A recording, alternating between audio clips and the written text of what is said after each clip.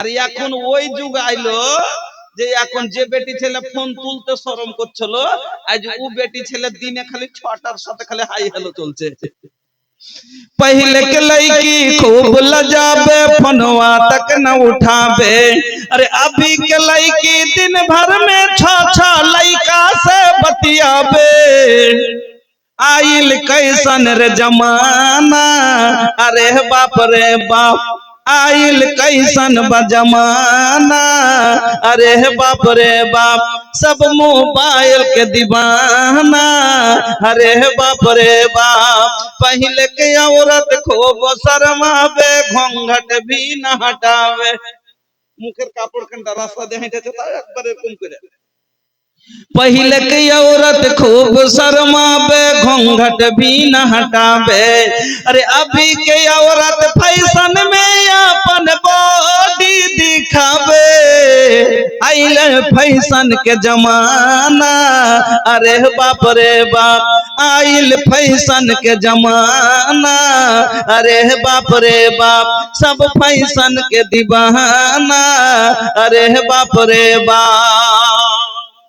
আমার নবী সত্য নবী, আমার নবী আমিন, আমার নবীর নাম সাদিক, আমার নবী সত্য, আমার নবীর জবান সত্য। সেই নবী কি বলছেন, মান বানা লিল্লাহি মসজিদান বানাল্লাহু লাহু বাইতান ফিল জান্নাহ। যে দুনিয়াতে আল্লাহর জন্য মসজিদ নির্মাণ করবে, আল্লাহ রাব্বুল আলামিন তার জন্য জান্নাতে ঘর নির্মাণ করবে। এবার বলবেন মৌলভী সাহেব আমি না দেখে মানবো না, কিছু নমুনা দেখতে চাই। যদি নমুনা দেখতে চান, জান্নাত তো দেখাইতে পারবো না, কিন্তু কিছু হিন্টস আপনাকে দিতে পারবো, দুনিয়াতে দেখাইতে পারবো কিছু নমুনা। তাহলে আপনাকে যেতে হবে কোনটা, ঈসা আলাইহিস সালামের মা মারিয়ামের কাছে। ঈসা আলাইহিস সালামের মার নাম হলো মারিয়াম, মারিয়ামের মার নাম হলো হান্না বিনতে ফাকুস। মারিয়ামের মা হান্না বন্ধা মহিলা ছিলেন, বাজ, বন্ধা মহিলা, বাচ্চা কাচ্চা হয় না। আর আপনারা জানেন যে মহিলাদের জীবনে সব চাইতে যেটা দামি জিনিস সেটা হলো মা দান। মা শব্দটা হলো মহিলাদের সবচাইতে আরমানের জিনিস নাকি। মা শব্দটা কত প্রিয় আপনাকে একটা শব্দে বুঝিয়ে দিচ্ছি, মনে কিছু নিয়েন না। লকডাউনের সময়তে আমি শামসি থেকে জালসা করে যাচ্ছি বাড়ি, লকডাউনের টাইমে। তো শামসিতে একটা লোক চেপেছে ট্রেনে, কাটিহার যাবে চিকিৎসা করতে যাবে কাটিহার। তো অনলাইন বুকিং হইতো তখন মোবাইল থেকে, তো সব নিজের নিজের সিট বুকিং করে নিয়েছে। লোকটা পেটের ব্যথাতে ট্রেনে দাঁড়িয়ে আছে, খালি ছটফট ছটফট করছে আর খালি বলছে। একটা সাইডে একটা মেয়ে বসে আছে, তো মেয়েটাকে বলছে মা একটু বসতে দাও তো মা। মেয়েটার বিয়ে হয়নি, কিন্তু দেখে লাগলো যে বিয়ে হয়নি। তো মেয়েটাকে বলছে মা, আর মা একটু বসতে দাও মা। বারবার যখন বলেছে, মেয়েটা দাঁড়িয়ে গেছে। তোর বোন বলছে বস, তোর সিটে তুই কেন ছাড়ছিস? বলছে লোকটা বারবার খালি আমার মা করে বলছে, তাই ছেড়ে দিলাম। আচ্ছা, মাও হলো একটা মহিলার জাত, আর স্ত্রীও হলো একটা মহিলার জাত। কিন্তু ওই জায়গাতে লোকটা বলছে কি আমার মা একটু বসতে দাও মা। এই শব্দটা না বলে খালি যদি বলে দিত আমার স্ত্রী একটু বসতে দাও তো স্ত্রী, আচ্ছা ওকে সিট দিবে না জুতা দিবে? জুতা দিবে না, জুতা দিবে। তবে মা শব্দটা আল্লাহ এত প্রিয় করেছে, আল্লাহু আকবার। अमृत के धार केहू कतन पियाई हो, अमृत के धार केहू कतन पियाई हो, ए हो माई बिना कैसे करे जावा जुड़ाई, ए भाई ए हो माई बिना।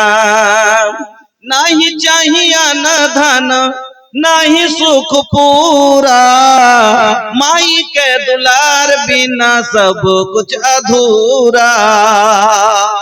मार ভালোবাসার আগে দুনিয়ার সব সুখ হলো আধুরা। नहीं चाहिए ना धन नहीं सुख पूरा, माई के दुलार बिना सब कुछ अधूरा। अरे दूधावा पियावत खानी अचरा ओढ़ाई हो, ये हो माई बिना कैसे करे जावा जुड़ाई, ये भाई ये हो माई बिना ऐसन जिंदगिया के हो कैसे कटाई, माई न रही तो टियो रे कहाई, ऐसन जिंदगिया के हो कैसे बिताई, माई न रही तो टियो रे कहाई, फट जाई दलवा के हो कतनो बुझाई हो, ये हो माई बिना कैसे करे जावा जुड़ाई, ए भाई ये हो माई बिना। ওই হান্না নি সন্তান সন্তান নাই, বয়স হয়ে গেছে এখনো সন্তান হয়নি, তার সামনের পাশে প্রতিবেশীরা সন্তান কোলে নেয়, সন্তানকে চুমু খায়, সন্তানেরা মা মা করে ডাকে, বুকে জড়িয়ে ধরে। ওই হান্নার বুক খালি হা হা করছে, একটা সন্তান নাই, মা ডাকবে, আমি চুমু খাবো, আমি কোলে নিব। আল্লাহকে বলছে, আল্লাহ আমি ওই একটা মহিলার জাত, আমারও তো মা ডাক শোনার ইচ্ছা হয়, আমিও তো মা শুনতে চাই, আমারও তো মন হয় সন্তান কোলে নেব, আমারও তো মন হয় চুমো খাবো, কিন্তু তুমি আমাকে সন্তান দাওনি। আল্লাহ মহিলারা সন্তান যখন কোলে করে, আমি নিজের কোলের দিকে দেখি, তখন আমার ভিতর ফেটে যায়। আল্লাহ তুমি মরা গাছে পাতা গজাতে পারো, আমি তো জীবিত একটা মহিলা, আমার সন্তান কেন হবে না? আল্লাহ তুমি আমাকে সন্তান দাও, আল্লাহ তুমি আমার কোল ভরে দাও। আমার বন্ধুরা, আজকে আপনারা আপনার বাড়িতে বেটি আছে, বোন আছে, মা আছে, ভাবি আছে, 5 বছর যদি বাচ্চা না হয়, ডাক্তার দেখানো লাগে না? লাগে না? ডাক্তার দেখায়, তারপরে যদি ডাক্তার দেখিয়া না হয়, ওঝা গুনি কবিরাজ দেখাতে শুরু করে দেয়, মা ডাক শোনার জন্য। কবিরাজ যদি শিরক পর্যন্ত করতে বলে, করে নেয়, শিরক পর্যন্ত করে নেয়, শুধু মা ডাক শোনার জন্য। কত মহিলার হাতে দেখবেন মাদুলি তাবিজ বাঁধা আছে, যে কি নবীজি বলেছেন, মান তাআল্লাকা তামিমাতান ফাকাদ আশরাক, যে ব্যক্তি শিরক করলো, তাবিজ বাঁধলো, সে শিরক করলো। আর ইন্নাশ শিরকা লা যুলমুন আযীম, শিরক হলো সবচাইতে বড় পাপ। ইন্নাল্লাহা লা ইয়াগফিরু আন ইউশরাকা বিহি ওয়া ইয়াগফিরু মা দুনা যালিকা লিমান ইয়াশা। আল্লাহ বলেন শিরক ছাড়া অন্য কোন গুনাহ বান্দা করেছে আমি চাইলে ক্ষমা করে দেব, কিন্তু আমি শিরকের গুনাহকে ক্ষমা করব না। তারপর আমার মা বোনেরা কবিরাজের কাছে যায় না? যায় না? আর এখনকার কবিরাজ কি ভালো কবিরাজ বলতে পারছেন? কয়টা আলিম আছে, একবারে ডাহা মিথ্যুক, 1 নম্বর কার, একবারে ভণ্ড। ভণ্ড যারা, ওই লোক গালা, বিড়িখোর, মদখোর, গাঁজাখোর গালা, ওগুলো হলো কবিরাজ। কোরআন হাদিস ছাড়া ঝাড়ফুঁক করা নিষেধ, যাবে না। আর তাবিজ মাদলি তো বাধাই যাবে না। তবে অনেক মহিলার গালাতে, হাতে পায়ে তাবিজ আছে না? নেই? থাকছে। কেন? কাউরির বাচ্চা মরে যাচ্ছে, বাচ্চা টিকাবে, টিকাবার মালিক কি? আল্লাহ। কাউরির বাচ্চা হয় না, এই জন্য ও হাতে বেঁধেছে, বলে দিয়েছে কি যাবে, ওকে পাঞ্জা রাখো, বাচ্চা সন্তান ধরবে। আল্লাহু আকবার। বাচ্চা 5 বছর না হয়েছে, হয়নি, তোর নন বেড়াইতে এসে কইছে, হ্যাঁ গে ভানি, কইছে কি রে বহিন, কইছে বহুটার ছেলে পেলে হয়নি নাকি? কইছে না, হয় না। কইছে ডাক্তার দেখাইছিনি? কইছে কত দেখাই। তো ওঝা কবিরাজ দেখাইছিনি? কইছে না, ওইগুলা কবিরাজ কাছে লিয়ে যানি বহিন, হারা ওইগুলা মানি না। কইছে হ্যাঁ, ওই কথা কইস নে, হারকে পাঞ্জর করে ওই বেটি ছেলেটা দিয়েছিলি ভালো করে, 13 বছর পরে হইলো, ওঝাকে দেখি হলো, ডাক্তারকে দেখে হয়নি। কইছে তাই নাকি? কইছে তাইলে হ্যাঁ মো যাবো। এবার তারপর আজ সকালে ছুটেছে, আর যাইয়া তখন আগে যে নেকা কান্না, মায়ের লোকের যে নেকা কান্না, আগে গেছে। কি হয়েছে, কি হয়েছে বল? ভাই খুব বড় আশা নিয়ে এসেছি। আশা কার উপরে করা যায়? আল্লাহর উপরে। খুব বড় আশা নিয়ে এসেছি। কি বেটি কোন জায়গা না গেল না, কোনখানে যায় না, কোন জায়গাতে যায় যশ হয়নি। লাস্টে শুনেছি তোমার কাছে বড় আশা করে এসেছি, যা হোক যে করবে করো, কিন্তু হ্যাঁ আমার বেটির কোল যাতে ভরে, বাচ্চা হয়। এবার ওঝা তখন কবিরাজ তখন বলছে, আচ্ছা কাঁদিও না কাঁদিও না, ঠিক আছে দেখছি দেখছি। 3টা আঁখ কেটে দিলে, আচ্ছা একটু দেখ, চেক করছি কেনে হয় না, চেক করছি। 3টা আঁখ কেটে দিয়ে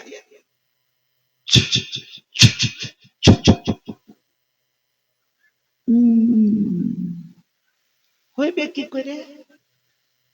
কিনে ভাই খারাপ করতেছে। وَاعْلَمْ أَنَّ الْأُمَّةَ لَبِجْتَمَعَتْ عَلَى أَنْ يَنْفَعُوكَ بِشَيْءٍ لَمْ يَنْفَعُوكَ إِلَّا بِشَيْءٍ قَدْ كَتَبَهُ اللَّهُ لَكَ وَإِنِ اجْتَمَعُوا عَلَى أَنْ يَضُرُّوكَ بِشَيْءٍ لَمْ يَضُرُّوكَ إِلَّا بِشَيْءٍ قَدْ كَتَبَهُ اللَّهُ عَلَيْكَ। আল্লাহর নবী শুনলেন, একদিন আব্দুল্লাহ বিন আব্বাস নবীর পিছনে বসে আছেন। আব্দুল্লাহ বিন আব্বাস ছোট বাচ্চা, আল্লাহর রাসূলের পিছনে বসে আছেন সওয়ারিতে। রাসূল, আল্লাহর রাসূল বুলেটে বসে আছেন, আল্লাহর রাসূল বুলেটে বসে আছেন, আর আল্লাহর রাসূলের পিছনে আব্দুল্লাহ বিন আব্বাস বসে আছেন। কেউ ভুল ধরলেন না জি? ওই যুগে বুলেট ছিল? আরে ওই যুগের বুলেট হলো ঘোড়া, ওই যুগের বুলেট হলো খচ্চর, ওই যুগের বুলেট হলো কি গাধা, ঘোড়া, খচ্চর, এগুলো হলো তখনকার কেটিএম 5 কহেন আর R15 কহেন আর বুলেট কহেন, যা কইবেন এগুলাই। আল্লাহ রাসূল বসে আছেন সওয়ারিতে, আর পিছনে যেরকম আপনি বসে আছেন, আর আপনার ভাতিজা বা পাড়া গ্রামের একটা চ্যাংড়া যাচ্ছিল, তখন কইছে একে নিয়ে যেতে হয় ভাই, একটু এই স্কুলের কাছে ছেড়ে দিস, পিছে দিকে বস রে, বসে গেছে তো কোমর খান এরকম করে ধরে বসে থাকে না মোটরসাইকেলে। তা আল্লাহর রাসূল আগা দিকে বসে আছেন, সওয়ারি চালাচ্ছেন, আর পিছন থেকে আব্দুল্লাহ বিন আব্বাস পিছন থেকে নবীর পিছনে বসে আছেন। আল্লাহর রাসূল আব্দুল্লাহ বিন আব্বাসকে বলছেন, ইয়া গোলামো, ও ছেলে, এই লড়কা, হে বালক, ও শিশু, ছোট ছেলেকে ডাক দিয়ে কি বলছেন আল্লাহ রাসূল?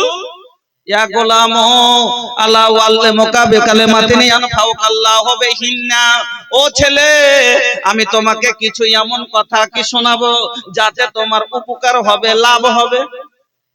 নিজে থেকে রাসূল শিখাবার জন্য কি বলছেন, যে আমি তোমাকে এমন কিছু কথা কি শোনাবো যাতে তোমার উপকার হবে, লাভ হবে, আল্লাহ তোমার ফায়দা করবে। তো তিনি বললেন, হ্যাঁ হুজুর বলেন। আল্লাহ রাসূল সেদিন 10টা কথা বলেছিলেন আব্দুল্লাহ বিন আব্বাসকে 10টা কথা বলেছিলেন।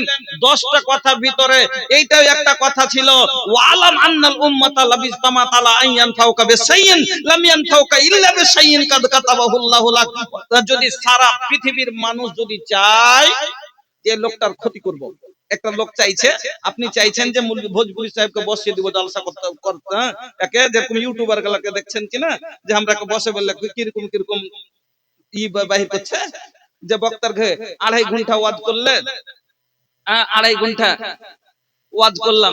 এই সেই কয়েকদিন আগে যে আমি এসেছিলাম বাবুপুর মাদ্রাসা, এই যে বুধিয়া বাবুপুর মাদ্রাসায়, ওখানে একজন মাদানী সাহেব কমিটিকে বললেন যে দেখেন উনি কথাটা যে বলেছেন, আচ্ছা আমি আব্দুস শাকুর রহিমি, তবে ভোজপুরি জবান, ভোজপুরি ভাষা আমি জানি, আর যত নাত নাজম গুলো আমি পড়ছি আপনাদের সম্মুখে আমার লেখা, আমি নিজে তৈরি করি সব।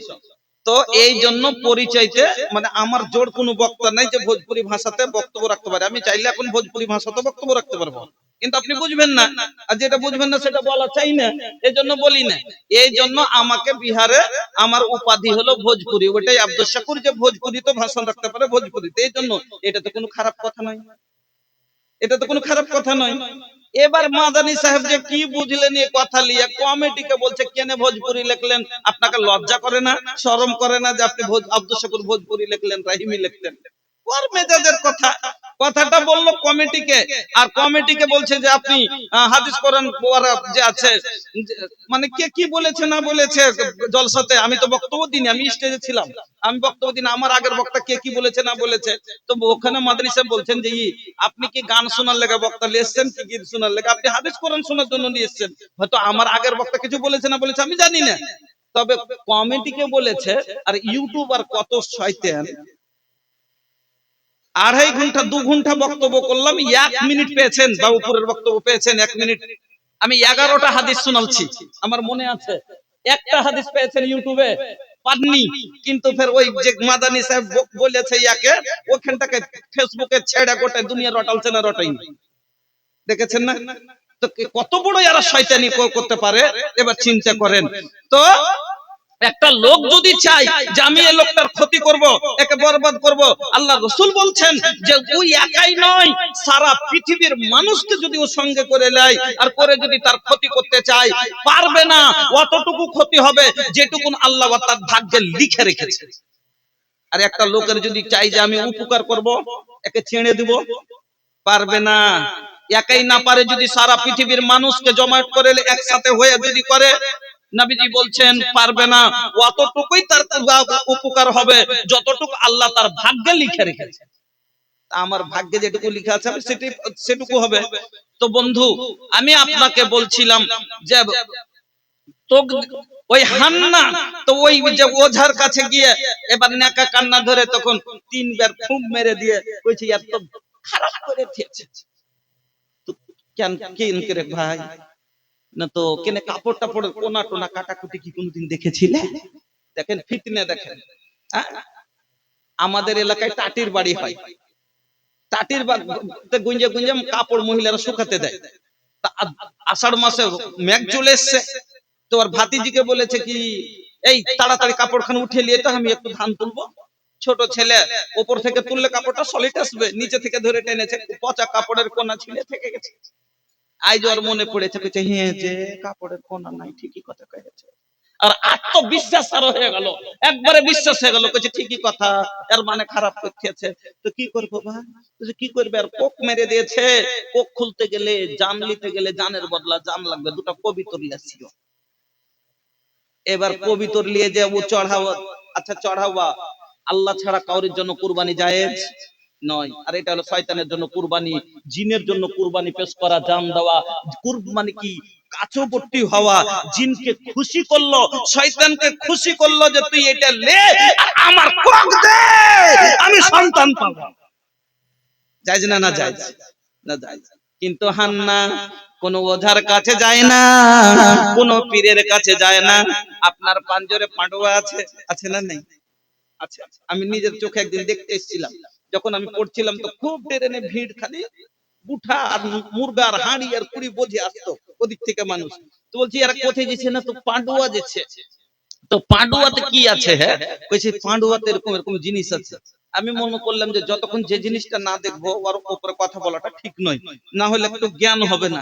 তো আমি দেখতে যাব একদিন, আমি শখ করে একদিন এসেছিলাম দেখতে, ওই যে সমাতে মেলা লাগে ওই সমাতে, তখন এসে যদি দেখলাম নাউজুবিল্লাহ কত জিনিস দেখেছি। এখন বলতে গেলে 2.5 ঘন্টা তো খালি পান্ডুয়ার উপরই বক্তব্য হবে, কিন্তু এখন তো ওগুলো বলা যাবে না। খালি একটাই কথা আমি বলতে চাইছি, ওখানে একজন মহিলাকে দেখছি চুলের মুঠি ধরেছে, আর ওই যে কবরটা বাঁধা আছে, কবরটাতে ফুঁকছার বলছে এ বাবা কোক খুলে দে, এ বাবা ছেলে দে, এ বাবা ছেলে দে। ছেলে দেওয়ার মালিক কে? আল্লাহ। কপালটা ঠুকে ঠুকে ফুটে গেছে, বেহুশ হয়ে পড়ে গেল, কাপড় নাই গায়ে, হাতে পড়ে আছে বেহুশ হয়ে। আল্লাহু আকবার। তো গায়রুল্লাহর কাছে কোন জিনিস চাওয়ানো যাবে না। তো হান্না কোন গায়রুল্লাহর কাছে চায় না, কোন দেবী দেবতার কাছে যায় না, কোন পীর মুরিদের কাছে যায় না, ওঝা গুণের কাছে যায় না। কার কাছে চাইছে? আল্লাহকে বলছে আল্লাহ তোমার রহমত খুব আসে, তোমার রহমতের কমি নাই। আল্লাহ তুমি কোন জিনিসটা পারো না করতে, সব তোমার ক্ষমতার ভিতরে। আল্লাহ তুমি আমার কোল ভরে দাও, আল্লাহ তুমি আমার কোখে সন্তান দাও। এবার আল্লাহকে এমন করে খুশি করলেন, আল্লাহ রাজি হয়ে গেল, আর হান্নার গর্ভে সন্তান চলে এলো।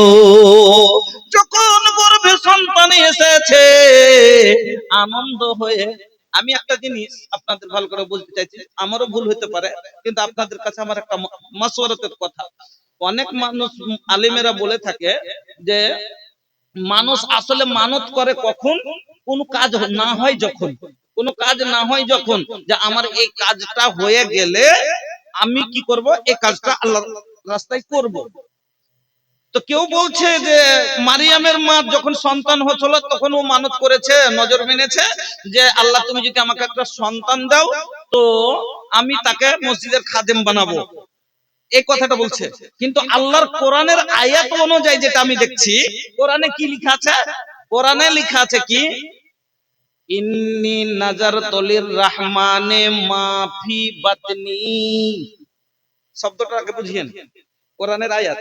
আল্লাহ বলছেন ইন্নী নাজারতু লিররহমানে মা ফি বাতনি, আল্লাহ আমি মানত করছি, নজর মানছি, নিয়ত করছি যেটা তুমি আমার পেটে দিয়েছো। এখানে বোঝা গেল যে সন্তান পেটে আসার পরে মানত করে চলো যে আল্লাহ তুমি যে আমার পেটে সন্তানটা দিয়েছো, এটাকে আমি কোনো ডাক্তার করব না, মাস্টার করব না, ব্যারিস্টার করব না, ইঞ্জিনিয়ার করব না, কালেক্টর করব না, কি করব? তিনি বলছেন আমি তোমার ঘরের আমি খাদেম তৈরি করব, মসজিদের খাদেম তৈরি করব। কোন মসজিদের?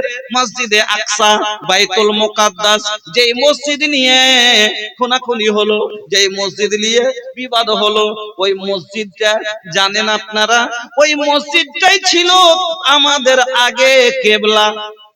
বাইতুল মুকাদ্দাসই আগে কিবলা ছিল।